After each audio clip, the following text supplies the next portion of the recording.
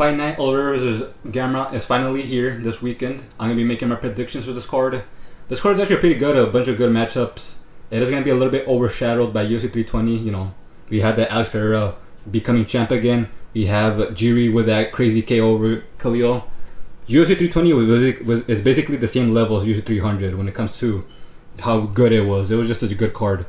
But yeah, coming back to this card, it is taking place in Rio de Janeiro, meaning Charles Oliveira is making a quick turnaround from getting chinned by Ilya to make it onto this card, which is not a good thing. He should recover. He should take time, but you know, we don't control these fighters. These fighters make their own decisions. But yeah, that is not looking too good for Oliveira. But aside from that, before we get into that, we're gonna quickly go over my predictions for this card. Lacerda versus Oliveira. I think they recently been added to this card. I didn't see these guys when I was making my predictions. But yeah, I'm gonna go with Lacerda. So they both have 0 wins combined in the UFC. Oliveira in his fights, even though he lost to Daniel Marcos and David Martinez, those are pretty good losses, pretty good aging losses. David beat Rob Font a couple weeks ago. But yeah, he was looking horrible in those fights, just to let you know. He had 0 footwork, 0 head movement, no good striking. He was getting out-grappled in his first fight. He was looking horrible in his fights. And Lacerda, even though he's 0-2 in the UFC, he was looking kind of decent in his fights. He was actually looking like an actual UFC fighter in there. And Oliveira, I don't know where these fighters come from. Oliveira and other fighters that are just horrible make it to the UFC. I don't know how that happens. But I'm going to go with Lacerda by looking less garbage in his fights to win. Decision maybe. On to the second fight, women's strawweight, Polastri versus Kowalkiewicz. Polastri, she's 27, so she's kind of in her prime. She's well-rounded, I guess. I don't know. Kowalkiewicz is also well-rounded, but she punches like this with her elbows out, so yikes. She's 39, so I'm gonna go with Polastri winning because of age difference. There's no other reason. Just saying, I'm gonna go with Polastri decision win. But yeah, heavyweight, Walter Walker versus Muhammad Usman. The first good fight of the card. This is a good matchup. Walter is on a good 3-win heel hook streak. His grappling is dominant, pretty good takedowns. His last one was Kenyan Zuchuku, which is a pretty good win. His striking is not good. He lost to Lucas Brisky. He got outstruck by him pretty badly in his fight with him. Lucas Brisky is also 1-6 in the UFC. His only win is Walter, and the only reason he won is because Lucas defended Walker's takedowns and outstruck him. And Lucas is not that good striker, so that's not looking pretty good for Walter. Also, when Walter fought Tafa was outstriking Walter up until Walter took him down and got the heel hook. But yeah, Walter, good grappling, horrible striking. Muhammad Usman, his striking is also not that good. I mean, he is pretty big when it comes to his muscles. He is height-wise, he's pretty short for for heavyweight. I mean, Walter's 6'6", so there you go. But his muscles are a little bit too big for my liking. They look like bodybuilder muscles, like they don't look functional at all. Like they look like they're working against him in his performances and his striking. He looks very stiff while punching. Granted, he does have some decent power at heavyweight, some decent striking as well. He actually doesn't. His striking is actually pretty. It improved a lot from his first fight. Let's just say that it improved. His grappling, he does. I mean, he's Kamaru's brother, so he does have somewhat wrestling. I hope so. I mean, he didn't look too bad in his grappling when he in his fights. And so, but the thing is, he doesn't use his grappling offensively. He only uses defensively just to get up and keep on striking. If I was Muhammad Usman, I would just grapple everybody. I would not strike with it. I would use my muscles to get my opponent down and just lay and pray if I was Usman. Stylistically, this is a very winnable fight for Muhammad because I'm guessing Kamaru is a good brother, so he is going to be training with Muhammad. I assume so. He is in his corner when Muhammad fights. So I'm gonna be guessing Kamaru is gonna be going through Muhammad how to get out of a heel hook, and so Muhammad's gonna be prepared for a Walter Walker, get out of the grappling, get out of the heel hook, get up, strike with Walter, and beat up Walter on the feet. So I'm gonna go with Muhammad Usman beating up Walter Walker on the feet. Also, I just have a theory. I'm guessing Walter Walker only focuses on grappling because he is Johnny Walker's brother, and Johnny Walker has a bad chin. You know, the genetics are there. Walter should also have a suspect chin. So I'm guessing that's why Walter is only focusing on grappling and not have striking at all. So yeah. But yeah, I'm going to go with Muhammad Usman by decision, outstriking Walter for 3 rounds. Flyweight, Rocha versus Nicoll. They both only made the debut fights, and they both lost the debut fights. Nicoll, he was winning his fight up until he got submitted. He was winning it, so it's not a bad loss, I guess. It's just a unlucky submission win. Even though his head was kind of in perfect spot to get submitted, but to get guillotined. But yeah, Rocha, the complete opposite. He was getting dominated in his fight. He got out-grappled, cut open on the ground. Second round comes in, he got taken down again and got submitted. So just by visual, like just the visual, I'm gonna go with Nicoll for losing in a less worse way. So I'm gonna go with Nicoll. There's not much to say about these guys. They're both only made the debut, so yeah, I'm gonna go with Nicoll. Women's bantamweight, Mesquita versus Alekseeva. Mesquita, she has BJJ. She's been doing BJJ. Like she comes from a BJJ background. She's been getting the submission wins in her regional scene.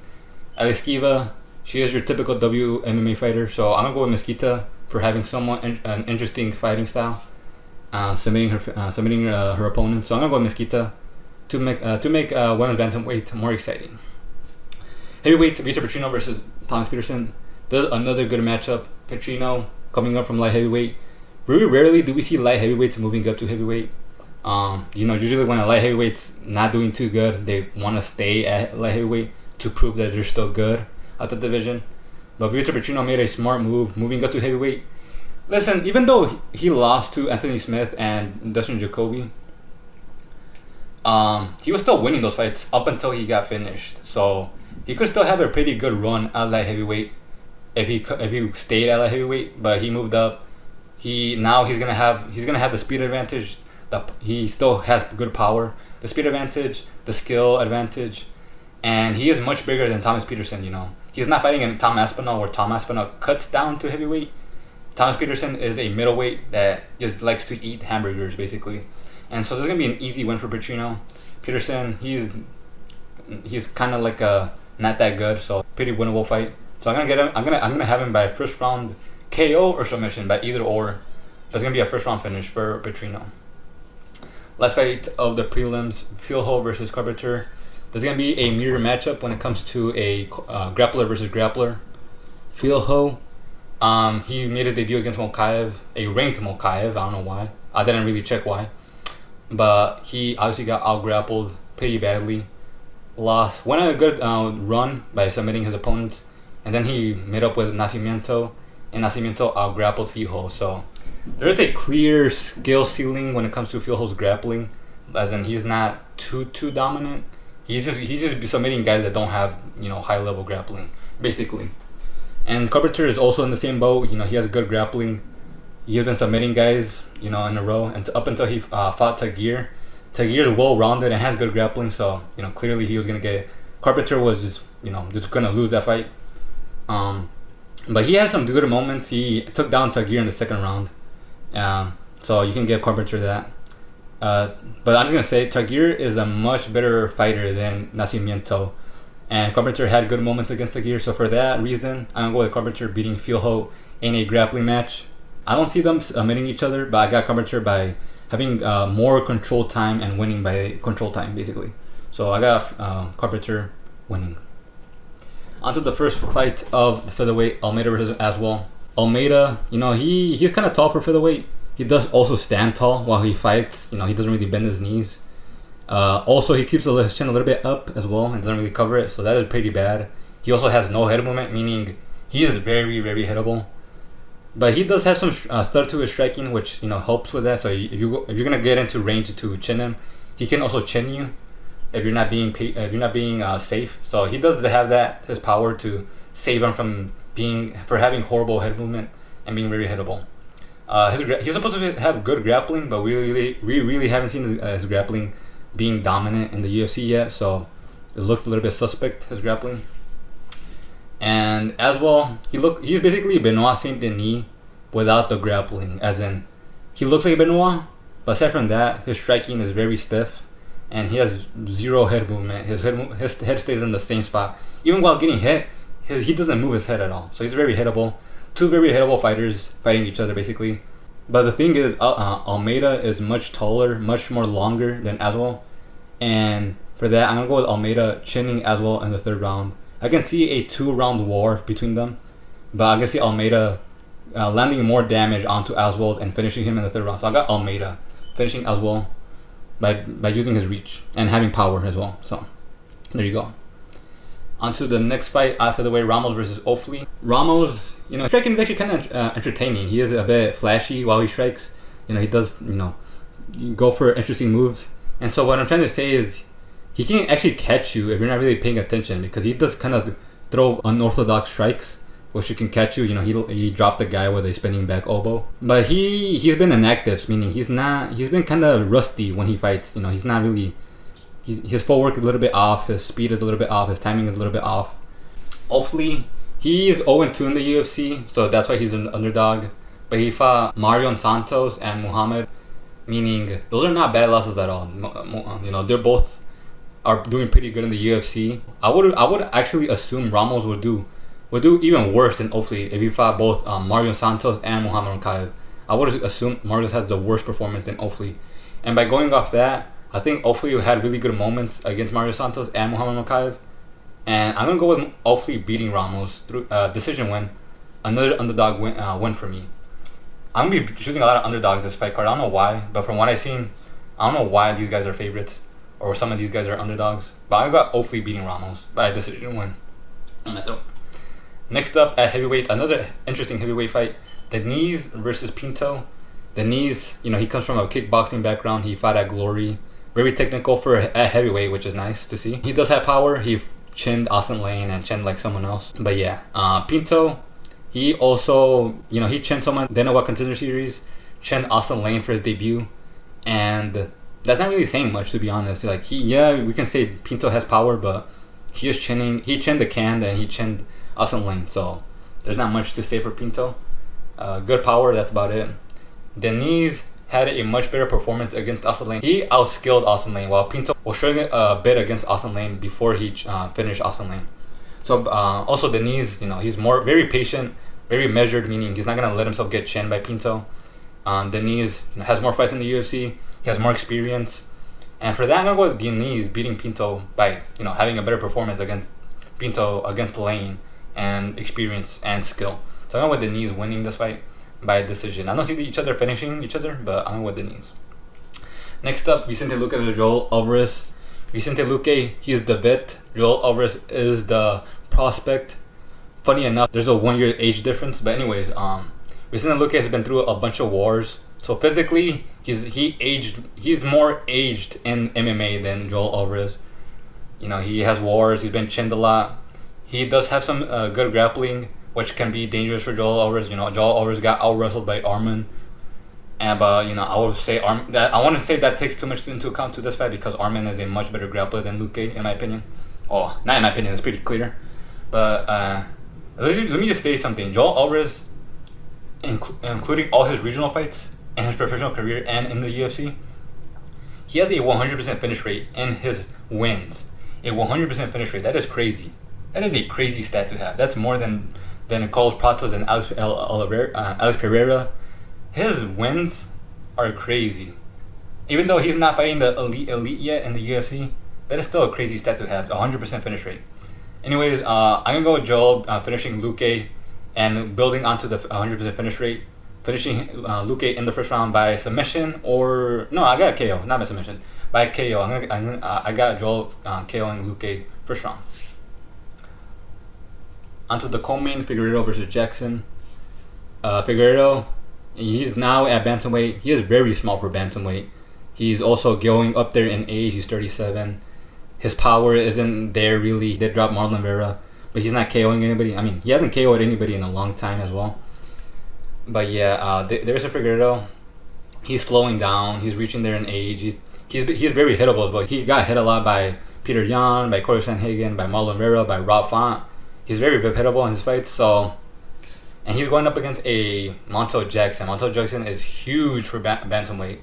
He has crazy power as well. He KO'd Blackshear in the first 10 seconds around there, if I'm not mistaken. Crazy finish. He has power. They didn't have a good performance against Daniel Marcos, but Daniel Marcos was undefeated up until he fought Jackson, so it's not a horrible win. You know, it wasn't like, I guess you can take away that it's not that bad. But either way, I think Mateusz Jackson is going to beat Figeuiredo, a 37-year-old Figeuiredo. So I got Mateusz Jackson beating it up. Yes, in the grappling, Figeuiredo is much better than Jackson, but I feel like Jackson is going to be too big, too strong, and be able to get out of Figeuiredo's grappling, survive the submission threat. And once Figeuiredo gets back up, he's going to be gassed. He's going to be gassed. Jackson is going to be somewhat gassed, but not as gassed. And being the much bigger guy, Figeuiredo is very hittable. And Jackson with power, he's going to beat up Figeuiredo for 3 rounds. That's a 3-rounder, I think, right? He's going to beat him up for 3 rounds, and I got Jackson by decision win. So yeah, that's what I got for Figeuiredo versus Jackson. Last fight, Oliveira versus Gamrot. Going back to what I said earlier, Oliveira is making a quick turnaround at like under 4 months ago, getting sent to the shadow realm by Ilya. But let's just go over his losses. He lost to Ilya. He lost to a prime Ilya. He lost to a prime Islam, and he lost to a prime Arman recently. So those are not bad losses at all. He is still very good. He's still very dangerous. He still has his power. He's still very good. His Muay Thai is still very scary. He landed a nasty elbow on Ilya. You know, granted, Ilya still survives. So I don't know how he did that, but anyways, that's a nasty elbow. Submission. His grappling is very scary. Very, very scary grappling. Almost subbed Arman like twice in their fight. He's almost subbed Arman in the very beginning, and Arman was able to get out because his short slipped. And then he almost subbed him in the 3rd round, but the time ended. And yeah, Oliveira is still scary with that grappling. Gamrot, he's very one-dimensional. He's very good. He's very dominant wrestler, basically. He's a very dominant wrestler. Very good scrambles. Very quick on the ground. His striking is not that great. He usually gets hurt pretty badly on the feet. He got dropped by Benil. He got hurt pretty badly by Hooker. He was getting outstruck by Arman on the feet. He struggles a lot on the striking, basically. So his only way to winning is being a dominant grappler, which is working. He has a bunch of wins, a couple winning streaks in the UFC. But usually when he finds someone who defends his takedowns, he struggles pretty badly. And Gamrot, and also he did fight Arman, and it was a very close fight. I think Arman won, in my opinion. I think I had Arman winning with the first, the second, the fourth round, I mean, and the 5th round was 50-50. Gamrot did win the 3rd. But either way, aside from that, whatever. Arman's way of winning is by decision or ground and pound. He has 0 submissions in the UFC. So what I'm trying to say is Gamrot, he was able to keep it competitive because Arman didn't have a submission threat. So Gamrot was able to scramble away from Arman, scramble away, get on top, and not have to deal with the BJJ of Arman. So that's why he was very competitive. And you cannot do that with Charles Oliveira. Charles Oliveira will find a limb and submit you with it. So the thing is, Gamrot's wrestling is gonna be basically nullified by Oliveira's submission game. Like, because you can't really scramble once you get your arm locked or your neck cranked or a guillotine choked or your whatever, a leg bar. Gamrot is not gonna be able to just comfortably wrestle with Oliveira without having to deal with getting submitted. And so it's basically a stylistic nightmare for Gamrot fighting Oliveira. The only thing that's just worrying is Oliveira got chinned. If Oliveira didn't fight Ilya and he fought Gamrot, Oliveira will be a huge favorite fighting Gamrot.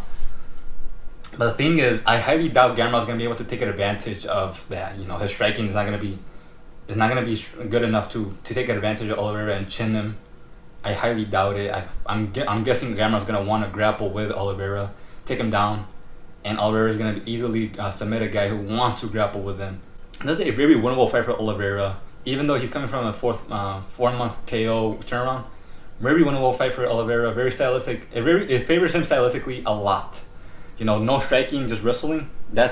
You're basically asking Oliveira for what type of stylistic matchup he wants to have to get an easy win. So this is a very winnable fight. Oliveira, I got Oliveira.